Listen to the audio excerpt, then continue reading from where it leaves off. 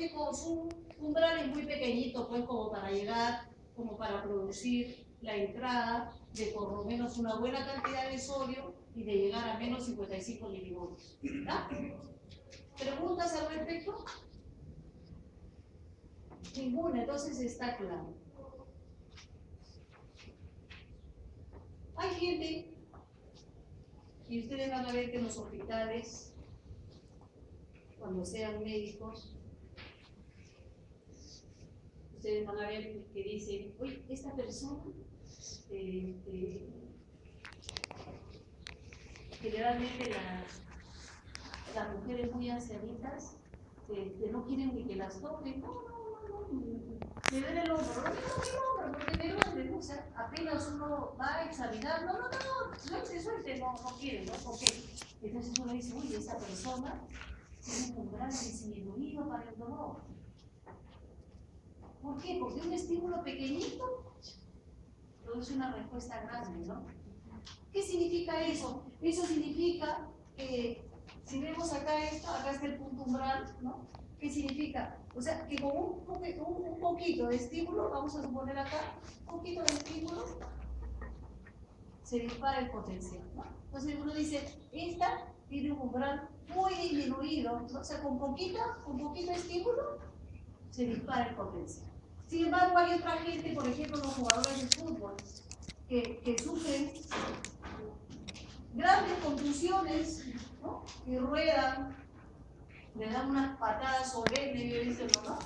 Unas patadas tremendas y como si nada, o sea, se dan como 40, 50 y luego se levantan y siguen corriendo, ¿no? Como si nada, ¿no?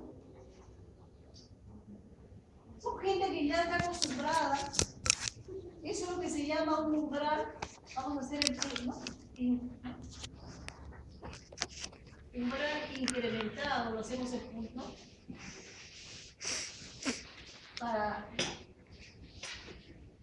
¿De acuerdo? O se tiene un umbral disminuido, la persona muy sensible, o un umbral aumentado para la percepción del dolor. Generalmente, esos son términos que ustedes van a escuchar, ¿no? en los hospitales. ¿De acuerdo? ¿Está claro entonces? Bien.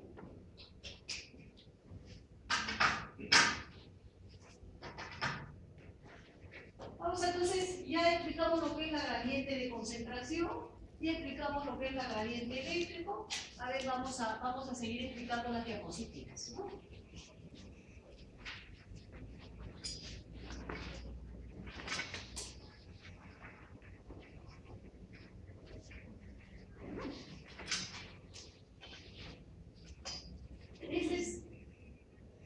Este es el famoso NERS, ¿no? Que les dije que era un estudioso y toda su vida, ¿cómo es, no? Gracias a esta gente pues, que se apasiona por algo, apasionarse significa pues estudiar intensamente, ¿no? En este caso él se apasionó por el potencial de membrana y entonces él creó lo que se llama la fórmula del potencial de equilibrio. Acuérdense que la gran pregunta de NERS era lo que les había dicho, ¿no? NERS se preguntó, vio que el sodio siempre ingresaba dentro de la neurona, eso le apasionó, tanto por la gradiente de concentración, por la gradiente eléctrica, por lo tanto, pues él encontró prácticamente que la bomba de sodio y potasio era la que retiraba todo el sodio que ingresaba. Pero la gran pregunta de NERS era, ¿pero y en qué momento el sodio que está entrando a la neurona, en qué momento el sodio es capaz de salir del interior de la neurona? ¿Se imaginan ustedes qué potencial sería? A menos 70 milivoltios el sodio ingresa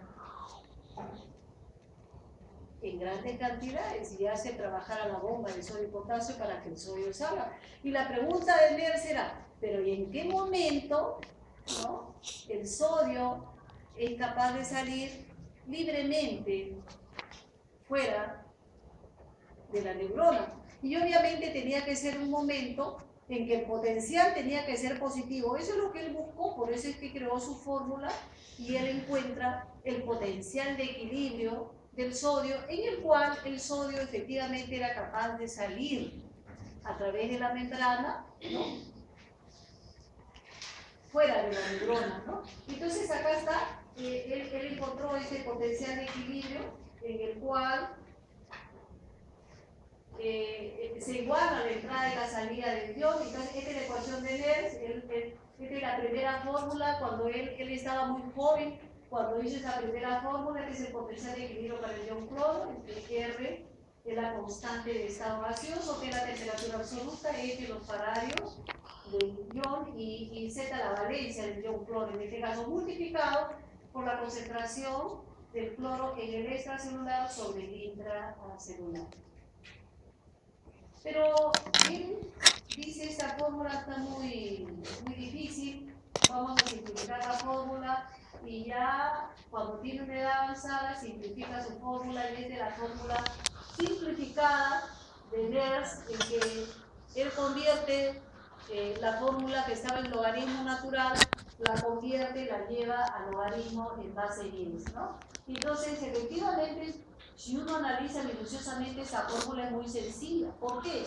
Porque aquí el potencial para el ion cloro, el potencial de equilibrio, es 61.5, es una constante, eso no varía, él logra descubrir esta constante, multiplicado por el logaritmo de la concentración del ion cloro en el intracelular sobre el extracelular. Obviamente, la temperatura que utiliza en su laboratorio en aquella época fue 37 grados centígrados, ¿no? Una temperatura ideal. Si uno analiza la fórmula de qué depende la constante de equilibrio, simplemente la concentración del ion, ¿no?, tanto en el intracelular como en el extracelular. Es lo que acabamos de explicar hace un momento, ¿no? Entonces, miren qué interesante, ¿no? Simplemente el potencial de equilibrio varía de acuerdo a las concentraciones. Seguimos analizando y él encuentra, bueno, acá tenemos la bomba de sodio y potasio, que es sumamente importante para mantener el potencial de membrana de reposo, igualmente para recuperarlo, ¿no?, después que la neurona ha sufrido una despolarización, ¿no? Por eso vale la pena, ¿no?, mencionar esta bomba de sodio y potasio que trabaja contra el gradiente de concentración, ¿no es cierto?, llevando el sodio hacia el extracelular, ¿no?, y introduciendo el potasio. Pero en resumen, lleva más sodio hacia afuera, ¿no es cierto? Esa es la función de la bomba de sodio y potasio. Y aquí el potencial de equilibrio y las concentraciones de los iones, tanto en el intracelular como en el extracelular, lo que ya habíamos mencionado, como fuera de la neurona, fuera de la célula, tanto el extracelular como el intraplasmático es rico, ¿no?, es rico en sodio. Acá tenemos 150 milimoles, por ejemplo, el cloro también, rico en cloro, pero en el extracelular hay muy poca cantidad de potasio, estamos hablando del 5.5. El potencial de equilibrio encontrado por Nernst finalmente encontró que a más 60 milivoltios, efectivamente, el ion sodio era capaz de salir de la membrana. Este es el potencial que él encontró, ¿no? Para el ion potasio es mejor, más perfecto, es menos 90, y para el ion cloro menos 70 milivoltios, ¿no? Un potencial de acción que acabamos de explicar en detalle, ¿no? Acá está el punto umbral. Hay autores que le llaman nivel de disparo, ¿no? Es lo mismo que umbral, acabamos de explicarlo minuciosamente, ¿no? Aquí sí hay un dato importante. Y el dato importante es que una descarga eléctrica, ustedes acaban de verlo, una descarga eléctrica en la neurona o en el axón, miren, acá se está estimulando. El axón es parte de la neurona y por supuesto que tiene su membrana, ¿no? La membrana, un estímulo en el soma o en el axón siempre va a producir lo mismo. En ese punto donde se está estimulando se van a perturbar los canales de sodio y en este punto Al aperturarse los canales de sodio se va a formar un potencial de acción, ¿de acuerdo? Y acá está el potencial de acción. Repito, hablar del axón es lo mismo que hablar de la neurona, porque estamos hablando de cargas eléctricas y estamos hablando que estas cargas, ¿no? El intercambio se van a realizar a nivel de la membrana. Por lo tanto, estimular al soma neuronal o al axón con corriente eléctrica siempre va a llevar a la producción de apertura de los canales de sodio con la formación de un potencial de tipo despolarizado. ¿De acuerdo? ¿Está claro?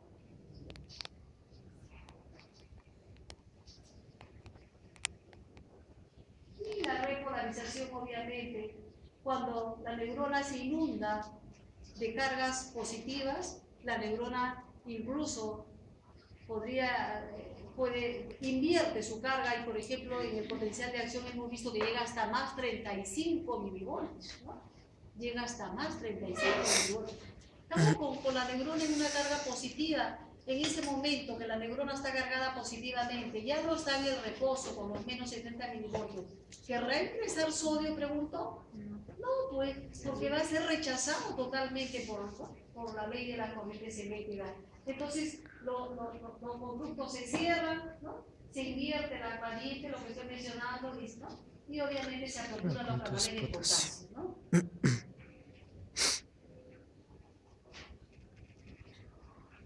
Hemos hablado, es lo que le decía, potenciales electrotónicos, potenciales generadores o potenciales subumbrales, por favor, es lo mismo, por favor. Lo que pasa es que cuando uno revisa diferentes literaturas, se encuentra con que los autores lo llaman de diferente manera, ¿no? Potenciales generadores o potenciales electrotónicos. O potenciales subumbrales es lo mismo, que es diferente a los potenciales de acción, que estos sí son verdaderos impulsos nerviosos, lo acabamos de mencionar, ¿no? Estímulos pueden haber de diferentes formas, ustedes ya ¿no? A través del curso ya deben haber probado con diferentes estímulos. Nosotros hemos hablado hoy día, hasta ahorita, de los estímulos eléctricos, pero pueden haber químicos, mecánicos, ya lo vamos a ver, ¿no?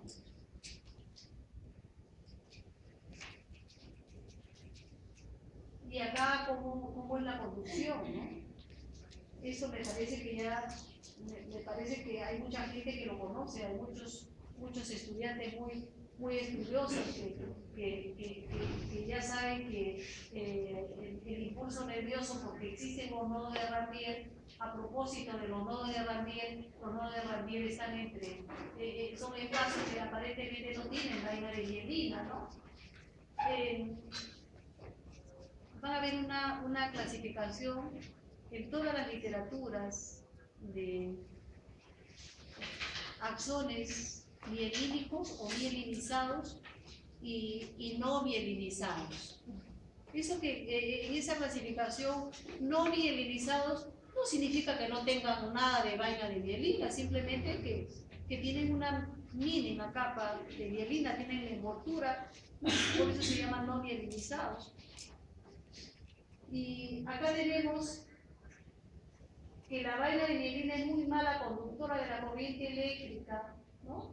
Pero vamos a suponer que acá ustedes eléctricamente activan acá ustedes en un punto, vamos a suponer, eso lo podemos ver en la práctica, el nervio cubital o el nervio mediano. Cuando ustedes dan una corriente eléctrica, ustedes van a ver cómo se mueve el músculo. Lo vamos a ver en la práctica, ¿ya? Y entonces, ¿por qué? Porque están administrando en este punto un estímulo eléctrico. ¿Qué pasa en este punto? Si ustedes dan una corriente eléctrica, en este punto, aquí en la membrana se aperturan los canales de sodio, el sodio ingresa acá y se forma un potencial de acción, ¿no? Entonces, se activa este nodo. Pero ¿qué pasa? El nodo del frente, el nodo vecino, está todavía en el reposo. Entonces, pero este ya está positivo porque ya se activó. Pero ¿qué pasa? Carga positiva con carga negativa se atraen. Entonces, este potencial de acción va a saltar acá esta zona, el otro nodo de Ranvier. ¿De acuerdo? Entonces aquí, en el momento en que salta, se instala, hay una descarga de corriente eléctrica en este punto, nuevamente se produce la apertura de los canales de sodio y aquí nuevamente este se va a convertir, ¿no? Va a ingresar el sodio, esta parte va a ser positiva, sí, pero la otra acá está todavía negativa, por lo tanto va a seguir saltando el potencial de acción de nodo a nodo. Por eso es que se dice, ¿no?, que el estímulo es de tipo saltatorio, ¿no? Saltatorio.